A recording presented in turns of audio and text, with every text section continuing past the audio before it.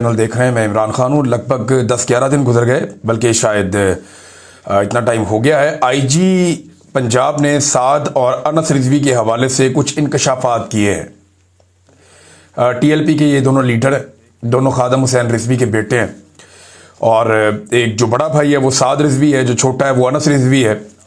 इन दोनों के बारे में आईजी ने प्रेस कॉन्फ्रेंस में बताया कि उन्हें उनके साथी छुड़वा कर ले गए थे। यानी ना वो पुलिस के पास है, ना वो किसी एजेंसी के पास है।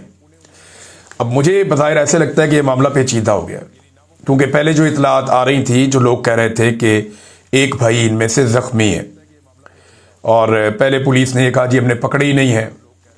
फिर कभी शुरू में ये खबरें चली कि ये गिरफ्तार हो गए हैं। फिर उसके बाद ये खबर चली कि कुछ लोगों से ये कहलवाया गया कि एजेंसियों की हिरासत में है, बहुत जल्द इनकी गिरफ्तारी हो जाएगी। वो चीज़ें सामने आ रही थी, ऐसे ही लगता था। फिर कहा गया हम इनके बहुत करीब पहुंच गए हैं, ये बहुत जल्द गिरफ्तार हो जाएंगे, और हमें पता है ये कहाँ पे मौजूद हैं। फिर खबर चलवाई गई कि ये आज़ाद कश्मीर में मौजूद हैं। तो इन भाइयों के हवाले से जिस तरह खबरें चलवाई जा रही हैं ना, जब भी कोई ऐसा बंदा जिसे पब्लिक के अंदर थोड़ी बहुत पजीराई होती है, लोग उसे जानते हैं, जब भी एजेंसियां उसे उठाती हैं तो उसके बारे में ऐसी खबरें आती हैं कि अब वो वहाँ पहुँच गया, अब वो वहाँ रखा हुआ है, अब जनाब ये कोई इसमें से मारा गया है, या इसकी हालत ख़राब है, या उस पर टॉर्चर किया जा रहा है। ये खबरें चलाई जाती है। कोई आदमी पाकिस्तान की इंटेलिजेंस एजेंसियों की हिरासत में चला जाता है, जब भी कभी जबरी तौर पर लापता किया जाता है, तो वो और उसकी फैमिली और उसके लोग इस सूरत हाल से गुजरते हैं। ये मैं अच्छी तरह जानता हूँ। अब ये डिफरेंट किस्म की खबरें चलवाने के बाद जो मेरा अंदाज़ा है वो ये है कि जब तक ये तरीके लब्बैक को मुकम्मल तौर पर डी फंक्शनल नहीं कर दिया जाता, मुकम्मल तौर पे ख़त्म नहीं कर दिया जाता, या जब तक ये दोनों भाई जो हैं ये किसी बात पे आमादा नहीं हो जाते, तब तक ये मामला अब आगे बढ़ना मुश्किल है। टीएलपी जो है उसको एक कलदम जमात करार दे दिया गया है। ये भी एक डेवलपमेंट है इस हवाले से जो हमारे सामने है, और डिफरेंट चीज़ें इसमें सामने आ रही हैं। लेकिन इसका जो बोझ है वो PMLN के ऊपर रहेगा। देखिए, राणा सनाउल्लाह साहब ने एक बात की है, इसमें बड़ी इंपॉर्टेंट है। राणा सनाउल्लाह साहब है, या जो इनकी सूबाई हुकूमत है, वो भी ये कह रहे हैं बार बार, उनका ये दावा है कि ये एस्टेब्लिशमेंट ने बनाई थी जमात, और एस्टेब्लिशमेंट ने सियासी जमातों को नुकसान पहुंचाने के लिए, ख़ास तौर पे PMLN को लगता है कि उनको दीवार से लगाने के लिए एस्टेब्लिशमेंट ने ये जमात बनाई थी। अब दूसरी तरफ एस्टेब्लिशमेंट के जो पुराना मौक़िफ़ है वो ये था कि PMLN ने इसको सपोर्ट किया था, जैसा कि कैप्टन सफदर या उनके कुछ साथी वो इनको शुरू में सपोर्ट करते रहे, और उन्हें लगा कि इस जमात को एस्टेब्लिशमेंट के खिलाफ इस्तेमाल किया जा सकता है। तो ये दोनों का एक दूसरे के ऊपर इल्ज़ाम है। एस्टेब्लिशमेंट कहती है PMLN ने इनको इनिशियली सपोर्ट किया, फिर एस्टेब्लिशमेंट ने इनको एंगेज किया। अब PMLN ये कहती है कि नहीं जी, इनको इनिशियली जो है वो एस्टेब्लिशमेंट ने लॉन्च किया, और फिर PMLN के साथ इनके ताल्लुकात ऊपर नीचे होते रहे। लेकिन इमरान खान साहब ने अपने दौर में इस जमात पर पाबंदी लगाई थी, और इनके खिलाफ एक ऑपरेशन भी हुआ था। लेकिन जब रिजीम चेंज ऑपरेशन हुआ तो इस तरह के ग्रुपों की ज़रूरत थी उस वक्त मिलिट्री एस्टेब्लिशमेंट को, तो इनके सारे मुकदमात और चीज़ें जो है वो पसे पुश्त डाल दिए गए, और सारे मामलात इनके साथ तय कर लिए गए, और इलेक्शन में इनको मुकम्मल तौर पे मैदान में भी उतारा गया, ताकि जितना मैक्सिमम हो सके वो डेंट डाला जाए। और इनका सोशल मीडिया इस्तेमाल किया जाता था PTI को गालियाँ देने के लिए। इनका बड़ा अच्छा कोऑर्डिनेशन एक चलता था एस्टेब्लिशमेंट के साथ, और एस्टेब्लिशमेंट भी गालियां देती थी PTI को, और ये भी गालियां देते थे। ऐसा लगता था PTI की लड़ाई किसी और के साथ नहीं है, तरीके लब्बैक के साथ है। ये हमने देखा, ये सब कुछ होता हुआ हमने देखा। लेकिन एक सवाल पैदा होता है कि अगर इस वक्त की फेडरल गवर्नमेंट को ये लगता है कि एस्टेब्लिशमेंट ने तरीके लब्बैक को लॉन्च किया था, बनाया था, तो ये तो 8-10 साल पुरानी बात है, ज्यादा से ज्यादा मैक्सिमम 7-8 साल पुरानी बात है। बहुत ज्यादा हो जाएंगे, 10 साल हो जाएंगे। 2016 में तो ये एकदम ऊपर आए थे, सामने नजर आना शुरू हुए थे। तो मेरे ख्याल में अगर तो ये एस्टेब्लिशमेंट ने किया था तो वो सारे किरदार आज जिंदा हैं। कुछ रिटायर हो गए हैं, कुछ इस वक्त भी ड्यूटी कर रहे होंगे। तो मौजूदा हुकूमत को उनके खिलाफ कानूनी कार्रवाई करनी चाहिए। यानी एस्टेब्लिशमेंट के जिन किरदारों ने, ये सारे वही होते हैं ना, फौजी होते हैं, और इन्होंने हलफ लिया हुआ होता है कि ये अपनी हलफ की खिलाफ वर्जी नहीं करेंगे। अगर इन्होंने हलफ की खिलाफ वर्जी की फौज ने, और इतना बड़ा इल्ज़ाम इतने बड़े लेवल पे इतने समझदार लोग लगा रहे हैं, जिम्मेदार लोग लगा रहे हैं, तो लाजमन उनके पास कोई ना कोई सबूत होंगे। तो उन्हें चाहिए कि फिर उन फौजी अफसरान का ट्रायल करें, उनको पूछें कि भाई तुम लोग पॉलिटिकल पार्टियां क्यों लॉन्च करते हो, वैसे वो हर चौथे दिन कोई ना कोई पॉलिटिकल पार्टी या कोई ना कोई बच्चा जुमूरा लॉन्च कर देते हैं और लीडर ढूंढते रहते हैं मुतबादल कि जनाब कोई और आए, कोई और आए। आजकल वो बहुत सारे लोगों को जा जा के ये कहते हैं कि नौजवानों में हमारी पजीराई ख़त्म हो गई है, वो कोशिश करो थोड़ा सा आवाम के अंदर हमारी पजीराई वापस आए। जो असल काम है वो करते नहीं। असल काम है लॉ एंड ऑर्डर को मेंटेन करना, असल काम है दहशतगर्दी का खात्मा करना। अब इस वक्त खुशदार से एक बड़ी खौफनाक खबर आई है, वहां पे 20 मजदूरों को अगवा किया गया। मुसल्ला अफराद आए, उन्होंने पूरा इलाका ब्लॉक कर दिया रोड के ऊपर से ही। फिर वहां पे एक कंपनी काम कर रही थी, वहां घुस गए, वहां उन्होंने 20 मजदूरों को अगवा कर लिया। बाद में 2 को छोड़ दिया, 18 वो अपने साथ लेकर चले गए। अब सिक्योरिटी फोर्सेज का ये काम है ना करने वाला, यहां पे उन्हें सख्त तरीन इकदाम करने चाहिए। ये खुली दहशतगर्दी है और बड़ा वाज़ेह है कि मजदूर बेचारे काम करने गए, उनका किसी सियासी नुक्ता नज़र से या किसी इनकलाबी नुक्ता नज़र से कोई ताल्लुक नहीं है। वो बेचारे अपने घर से मजदूरी करने गए, अपने बीवी बच्चों का पेट पालने। अब उनको जब दहशतगर्द अगवा करके बादुकात उनका कत्ल करते हैं, बादुकात उनको अगवा करने के बाद अपने मुतालबात मनवाते हैं, तो ये खुली दहशतगर्दी है। ये है वो असल दहशतगर्द।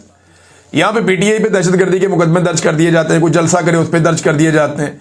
जो असल दहशतगर्द है उनको कंट्रोल करने में पाकिस्तान की एस्टेब्लिशमेंट कामयाब नहीं हो रही।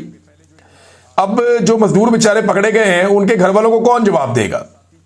सियासतदानों को इस सारे मामले का सियासी हल निकालना चाहिए। मैं पहले दिन से इस बात पे कायल हूं कि जितनी सियासी जमातें हैं वो सियासतदान मिल के जो सियासी नुक्ता से इन मसाइल का हल निकलता है, जहां लोगों की महरूमियां हैं, जहां स्कूल चाहिए, जहां पे तालीम चाहिए, हेल्थ चाहिए, जहां पे बहुत सारी इंडस्ट्री चाहिए, लोगों का मेयार जिंदगी बुलंद करने की जरूरत है, उनके शिकवे शिकायतें हैं, उनको दूर करने के लिए पॉलिटिकल क़यादत अपना रोल प्ले करे। लेकिन सेम टाइम में जो दहशतगर्द हैं, जिन्हें पाकिस्तान के दुश्मन स्पॉन्सर करते हैं, सिक्योरिटी फोर्सेज की रिस्पॉन्सिबिलिटी है कि पीटीआई या इमरान खान की बजाय उन दहशतगर्दों के पीछे जाए, उन्हें कुचलें, उन्हें मारें, कौम भी उनको सलाम करेगी। दूसरा नाजरीन, इसमें एक चीज और नवाज शरीफ साहब के हवाले से देखें। अब जाके ये कैप्टन सफदर ने एक दावा कर दिया। पहले जरा आप ये दावा तो सुन लें। आप कैप्टन सफदर कहते हैं, जब भारत ने पाकिस्तान पर हमला किया तो नवाज शरीफ ने शहबाज शरीफ से कहा कि मैंने 6 एटमी धमाके करके भारत को जवाब दिया था, मुझे जवाब चाहिए वरना इस्तीफा दे दो। फिर 7 तैयारे गिराने के बाद शहबाज शरीफ ने नवाज शरीफ को फोन किया कि कायदे मोहतरम, आपने 6 धमाके किए, हमने 7 कर दिए। अच्छा जी, ये कैप्टन सफदर का झूठ बोलते ही पकड़ा गया। कैप्टन सफदर साहब, आप कहते हैं कि आप बड़े पीरी मुरीदी वाले खानदान से हैं और बड़े मलंगा आदमी हैं, सच बोलते हैं। यहां आप गलती कर गए। पाकिस्तान का जो क्लेम है वो 6 तैयारों का है, 7 का नहीं है शुरू से। वो आप देखें ना, जो आपके तैयारे, जो आपके स्पोर्ट्समैन हैं जो ग्राउंड में जाते हैं, वो 6 का ऐसे इशारा करते हैं। हर जगह पे आप 6 तैयारों की बात करते हैं। ये भी ट्रंप ने 7 तैयारे कहा तो फिर वो 7 तैयारे हो गए। हमारी तो ख्वाहिश है ये 700 तैयारे होते, लेकिन मामला ये है कि 6 तैयारों का क्लेम था, तो ये कन्वर्सेशन ही झूठ है। ये शहबाज शरीफ साहब 6 तैयारे कह सकते थे, 7 तैयारे उस वक्त किसी को नहीं पता था। ये अब बात खुली है जब ट्रंप ने ये बात की है कि जनाब 7 तैयारे हैं, तो वो ट्रंप कहता है। पाकिस्तानी जो है वो इस किस्म का क्लेम नहीं कर रहे थे शुरू से, लेकिन चले ये इन्होंने कह दिया। नवाज शरीफ वो आदमी है जिसने जितनी देर तक ये जंग लगी रही, बल्कि ये जंग खत्म होने के बाद भी बड़े लंबे अरसे तक नवाज शरीफ ने इस जंग के बारे में एक लफ्ज नहीं बोला। एक टिकटॉकर उठती है और वो कहती है जी नवाज शरीफ जो है वो जंग को डिजाइन कर रहा था बैठ के, अंदाजा करें आप। और अब ये कह रहे हैं कि नवाज शरीफ शहबाज शरीफ को धमकियां लगा रहा था। भाई, अपने भाई को धमकी लगा रहे हो, जो पाकिस्तान को लगातार धमकियां लगा रहा है ऑपरेशन सिंदूर के नाम पे, उसको तो आपने जवाब दिया नहीं। उसको तो जब आपने दिए दावत दी है, जब आपने दिए साड़ी दी है, जब आपने दिए आम दिए। और मैं ना ये डिप्लोमेसी के खिलाफ नहीं हूं, मैं ये मुनाफकत के खिलाफ हूं। नवाज शरीफ साहब जो इंडिया के साथ अच्छे ताल्लुकात रखना चाहते हैं, मैं उसका हामी हूं। मैं ये चाहता हूं कि इंडिया के साथ पाकिस्तान के बेहतरीन ताल्लुकात हों। दोनों ममालिक हथियार खरीदने की बजाय औजार खरीदें। दोनों ममालिक एक जंगी जुनून में जाने की बजाय इस खित्ते के मसाइल को हल करके कश्मीरियों को उनका हक देकर एक दूसरे का हक मारने की बजाय अपनी अवाम की तामीर और तरक्की पर तवज्जो दें। मैं इस बात के हक में हूं। नवाज शरीफ साहब ये बिल्कुल ठीक करते हैं, लेकिन सेम टाइम में जब आप नवाज शरीफ साहब को बनाते हैं ना चे गवेरा, जब आप सेम टाइम में ये कहते हैं कि नवाज शरीफ तो जंग के अंदर सफे अव्वल में खड़ा था, ये फिर झूठ है। तो ये मुनाफकत है, ये झूठ है, और ये पकड़ा जाता है फौरी तौर पे, और हालात वाकयात इसकी गवाही भी देते हैं। नाज़रीन, हालत नवाज शरीफ साहब की ये हो गई है इन्हीं झूठों और इन्हीं हरकतों की वजह से कि नून लीग पंजाब में पार्टी की बुनियाद पर इलेक्शन करने से भाग गई। वो कहते हैं जी हम गैर जमाती इलेक्शन करवाएंगे। ये गैर जमाती इलेक्शन जो है ना, ये डिक्टेटर्स करवाते होते हैं।